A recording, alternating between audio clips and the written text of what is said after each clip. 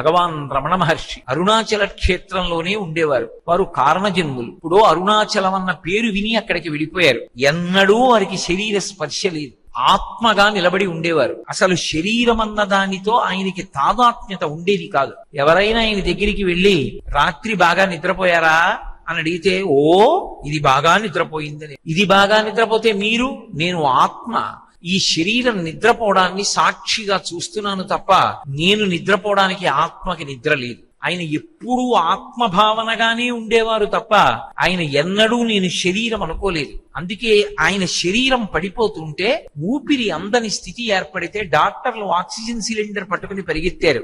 వద్దు వద్దని సంజ్ఞ చేసి కొన్ని వేల మంది చూస్తూ ఉండగా ఆయన శరీరంలోంచి దివ్యమైనటువంటి జ్యోతి బయటికి వచ్చి అందరి మధ్యలోంచి పైకెక్కి అరుణాచలానికి ప్రదక్షిణం చేసి ఆ అరుణాచలంలోనే ప్రవేశించి అంతర్ధానమైపోయింది.